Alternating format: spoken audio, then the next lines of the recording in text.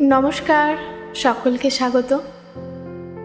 আমরা নিজের জীবন সংগ্রামে হাঁটতে হাঁটতে যখন ক্লান্ত হয়ে পড়ি, তখন হাজার ভিড় বা কোলাহলের মধ্য থেকেও কোথাও যেন একটা একাকিত্বতা, নিঃসঙ্গতা আমাদেরকে ঘিরে ধরে, তাই না?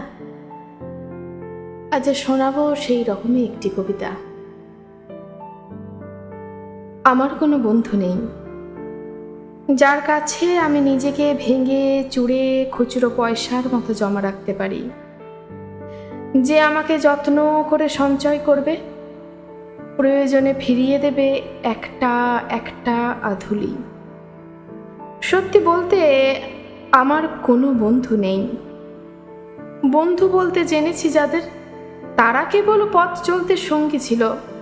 দূরের পথে ট্রেনে যেমন থাকে পাশের সিটে, গল্প হয়, আড্ডা হয়, দু পেয়ালা লেবু চায়ের দাম মেটাতে আমি দিচ্ছি যুদ্ধ হয়।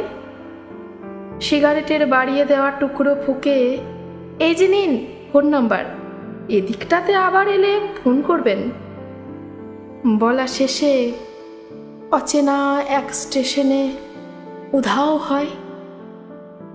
এই যে আমি পথ হাঁটছি, রোজ ঘাটছি বুকের ভেতর কষ্ট, ক্লেদ। এই যে আমি ক্লান্ত ভীষণ, বুকের ভেতর জমছে কেবল দুঃখের মেদ। তবু আমার নিজের কোনো বৃক্ষ নেই। প্রবল দহনে দিনের শেষে যার ছায়াতে জিরোবো ভেবে ফিরে আসার ইচ্ছে হয়, তেমন একটা ছায়ার মতন, আগলে রাখা মায়ার মতন আমার কোনো বন্ধু নেই। একলা দুপুর উপুর হলে বিষাদ ঢালা নদীর মতন, একলা মানুষ ফানুষ হলে নিরুদ্দেশ এক বধির মতন। হাতের মুঠোয় হাত রাখবার একটা কোনো মানুষ নেই, আমার কোনো বন্ধু নেই। আমি কেবল কোলাহলে ভিড়ের ভেতর হারিয়ে যাই। ভুল মানুষে যত্নে জমা ফুলগুলো সব বাড়িয়ে যায়। হাওয়াই ভাষা দীর্ঘশ্বাস, বাতাস ভেবে নির্বাসনের একটা জীবন মারিয়ে যায়।